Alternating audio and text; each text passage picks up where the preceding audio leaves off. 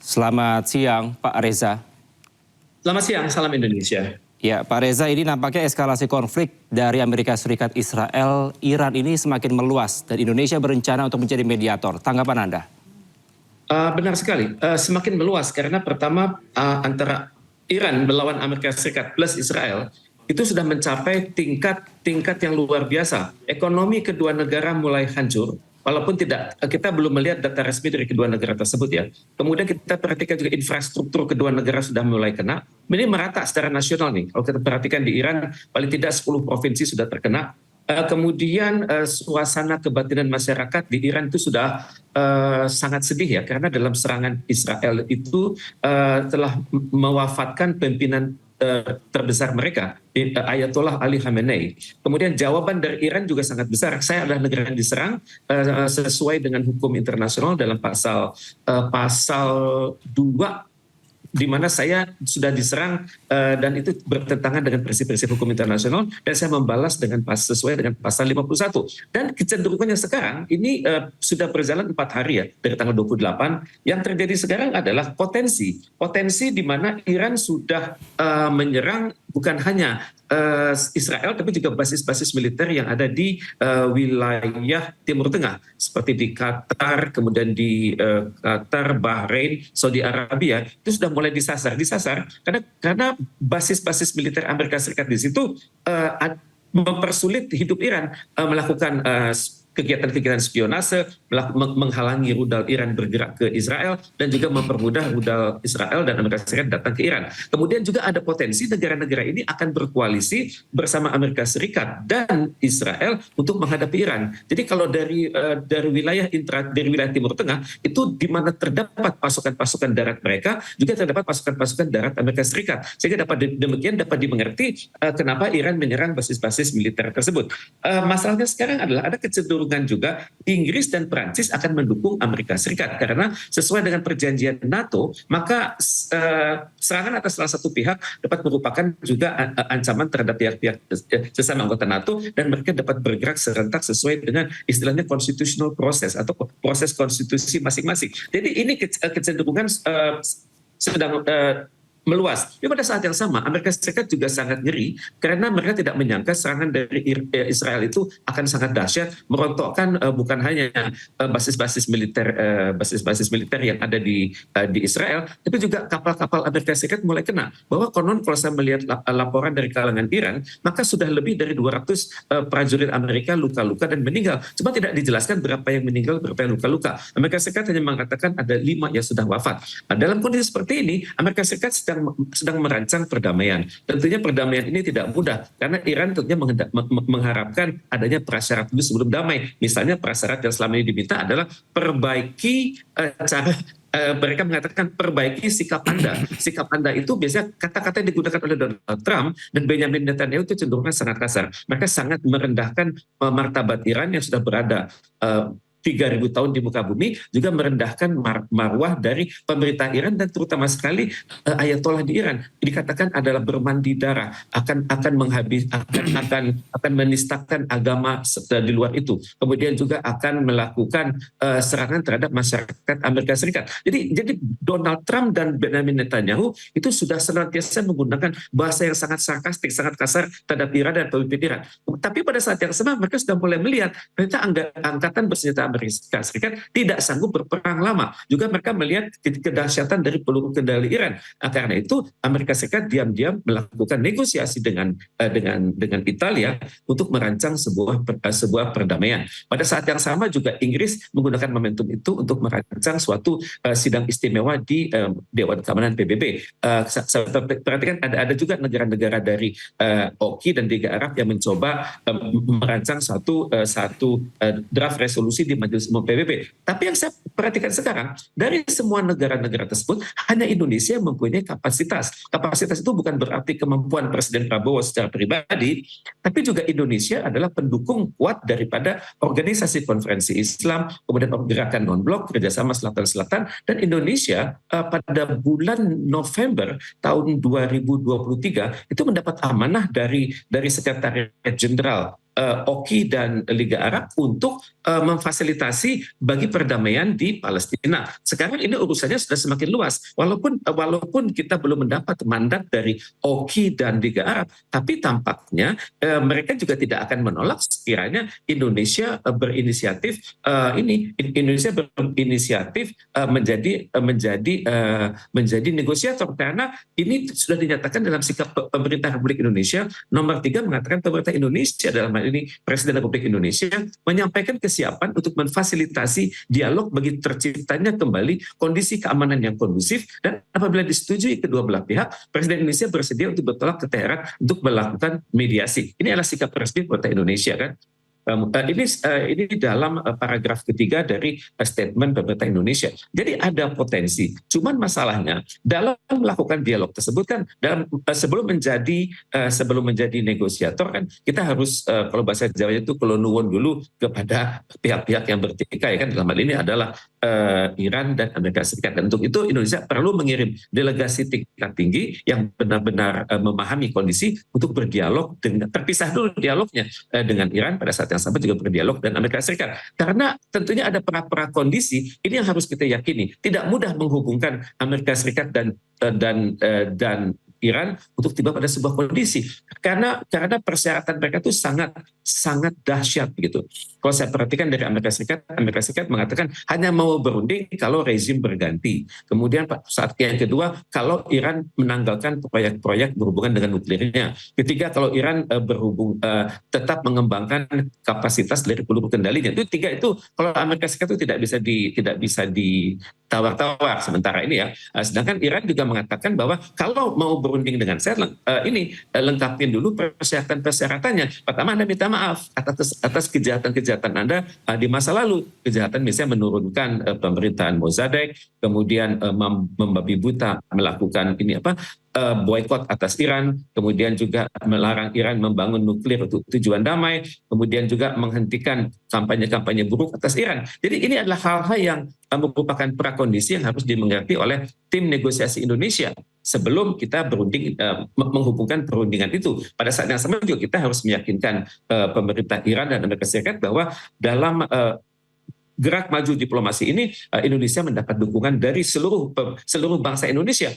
Dalam hal ini pemerintah mendapat dukungan dari seluruh kementerian lembaga, mendapat dukungan dari Parlemen Indonesia, mendapat dukungan dari masyarakat sipil Indonesia, kemudian juga dapat dukungan dari mantan Presiden Indonesia. Jadi ini yang harus kita yakinkan kepada Iran dan kepada Amerika Serikat bahwa kita serius dan kita berkualitas untuk itu. Baik, Pak Reza, tapi apakah efektif di tengah kondisi yang saat ini mungkin tidak masih banyaknya rudal begitu ya, kira-kira sangat bahaya situasinya? Apakah efektif Presiden ke sana sebagai mediator? Kita belum berbicara sebagai mediator, ya, tapi kita menciptakan prakondisi dulu. Kita pertama harus siap dengan pengetahuan yang sangat mendalam atas posisi dasar Amerika Serikat. Kita hendaknya juga paham bagaimana posisi dasar Israel, posisi dasar dari Iran. Walaupun nanti dalam perundingan barangkali Iran akan menolak ada Israel di situ. Kemudian pada saat yang sama juga kita harus mengerti bagaimana kondisi ini terhadap ekonomi dunia, terhadap gejolak ekonomi dunia, terhadap perdamaian dunia, dan terhadap potensi menjadi perang dunia ketiga. Ini yang harus kita pahami dulu. Baru kita melakukan dialog. Kalau apakah ini efektif, kita harus mengupayakan dengan sungguh-sungguh. Ini adalah resiko dari sebuah negara yang konstitusinya itu mensyaratkan sebuah negara yang sangat berkualitas. Indonesia bertanggung jawab untuk terpeliharanya perdamaian dunia, dan Indonesia harus turut serta di situ. Jadi sebelum kita bergerak, kita siapkan dulu fondasi-fondasinya. Dan fondasi itu kemungkinan berhasil ada. Karena Indonesia secara diplomatik lebih kuat daripada Italia, lebih kuat daripada Inggris, lebih kuat daripada Turki. Di mana Indonesia ini memiliki banyak simpul-simpul diplomatik yang berada di seluruh dunia, di level Asia Tenggara, di level Asia Timur, di level Indo-Pasifik, di level Eropa. Kita lihat biasanya Presiden Indonesia selalu diundang dalam berbagai KTT, misalnya KTT G7 yang sebenarnya itu adalah eksklusif buat negara-negara maju dunia. Kita punya potensi itu. Baik. Pak Reza, sebelum kita membahas lebih dalam, pemirsa, kita akan mendengarkan informasi terlebih dahulu di mana Presiden Prabowo Subianto ini mengundang mantan Presiden dan juga Wakil Presiden ke Istana. Di mana pemirsa, pertemuan ini membahas kondisi global dan pengaruhnya terhadap Indonesia.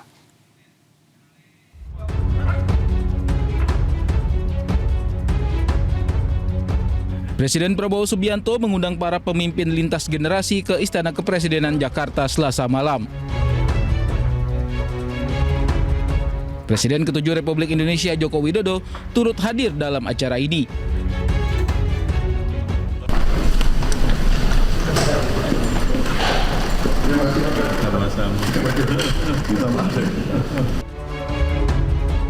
Presiden ke-6 Republik Indonesia Susilo Bambang Yudhoyono juga hadir memenuhi undangan Presiden Prabowo.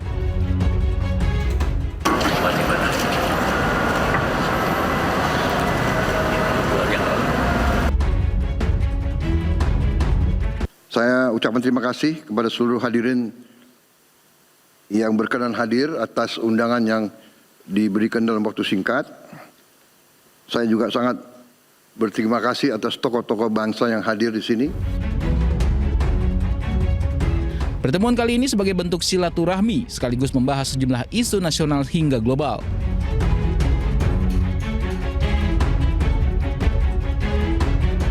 Berdiskusi, bersilaturahmi, saling bertukar pandangan.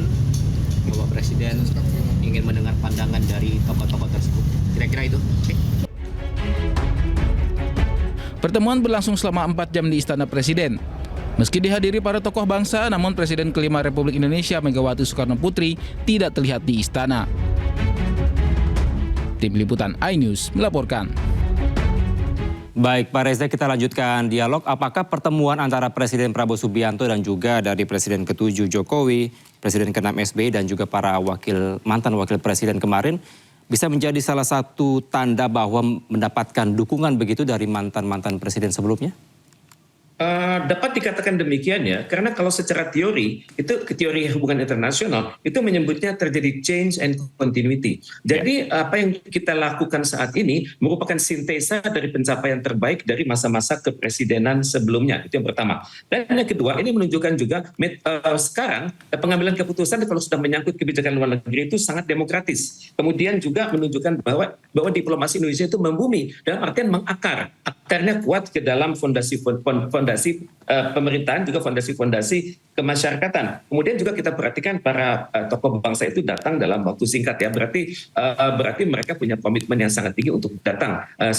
Untuk datang mungkin dari Ibu Megawati, pandangannya mungkin dalam wujud tertulis ya.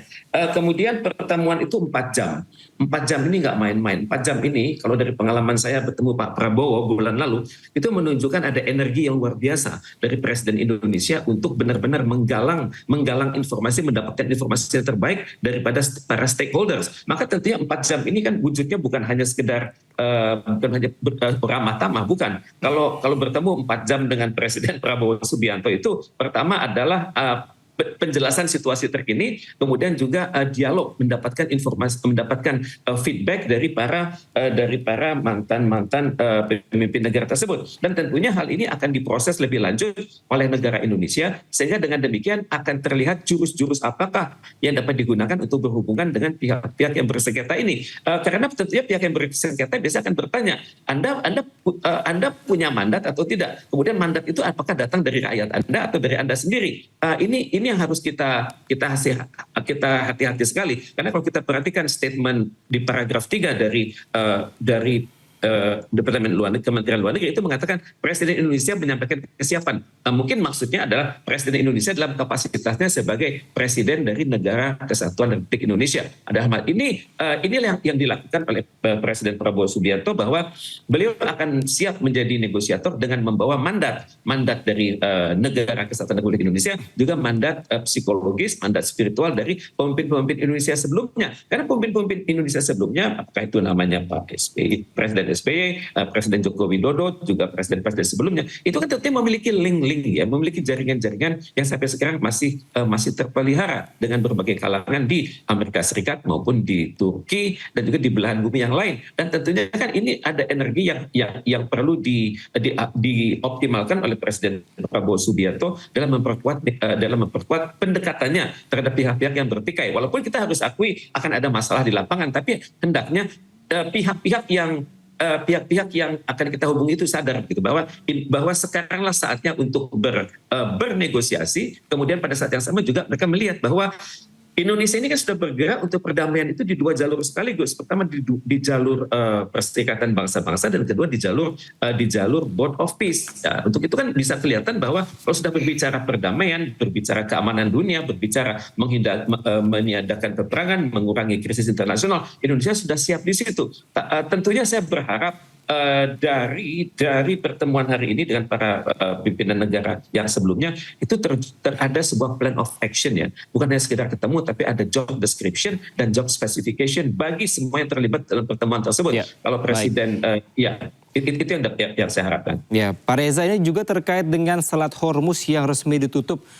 Itu berarti pasokan migas Indonesia terhambat dan kita berencana untuk mengimpor dari Amerika Serikat. Apakah biayanya akan semakin membengkak dan berdampak pada masyarakat terutama BBM, Pak, pastinya? Secara teori memang demikian ya. Semakin lama Selat Hormuz itu ditutup, maka yang terjadi adalah peningkatan biaya asuransi, peningkatan biaya sandar, peningkatan biaya standby kapal. Karena kapal itu walaupun dia diam, tapi mereka itu harus tetap hidup mesinnya. Kemudian ada fasilitas-fasilitasnya yang hidup, misalnya air condition, kemudian bagaimana kehidupan para personilnya, kemudian bagaimana hubungan mereka dengan berbagai kalangan di darat. Apalagi kalau kapal itu sempat bersandar di pelabuhan-pelabuhan terdekat dari Hormuz itu. Karena yang terjadi sekarang adalah tidak boleh masuk, tidak boleh keluar. Dia akan banyak kalangan-kalangan yang tertunda hajat hidupnya. Dan saya perhatikan ini harga minyak cenderung menaik ya. Kalau menaik ini semoga statement dari Bapak Bahlil Lahadalia ini manjur adanya. Karena Indonesia dapat dikatakan aman untuk 20 hari ke depan ya. Tapi tentunya kan kita juga berharap sebelum 20 hari ini berlangsung, kalau sekarang sekarang ini tanggal 4, maka sebelum tanggal 24 itu tepatnya menjelang Idul Fitri itu sudah ada perkembangan, karena tentunya semua pihak yang bertikai itu mengharapkan agar pada hari-hari besar keagamaan itu terwujudlah benar-benar perdamaian. Jadi diperkirakan akan naik 20% dari harga sekarang. Ini adalah ramalan sementara. OPEC bikin ramalan, NATO bikin ramalan, kemudian ECB bikin ramalan. Jadi tapi terlepas dari ramalan itu apakah akan naik 20% atau 30% per barrel, kita tentunya harus siaga kan. Kita hendaknya benar-benar mengoptimalkan 20 hari ke depan itu tidak terjadi penggunaan energi secara boros, tidak terjadi perusahaan-perusahaan menggenjot produksinya dengan menyantap BBM yang saat ini terbatas. Juga hendaknya menjadi hikmah bagi Indonesia. Tibalah saatnya kita menggunakan energi alternatif, energi panas bumi, energi angin, energi dari air, dan juga berbagai energi lain, energi lain yang tersedia di tanah air. Karena bagaimanapun juga ini sudah kelihatan bahwa keterbatasan energi bisa sangat berdampak pada ketahanan nasional suatu bangsa. Pak Reza, nampaknya dampaknya juga sudah terasa hingga saat ini di mana harga BBM begitu ya di RON 92 per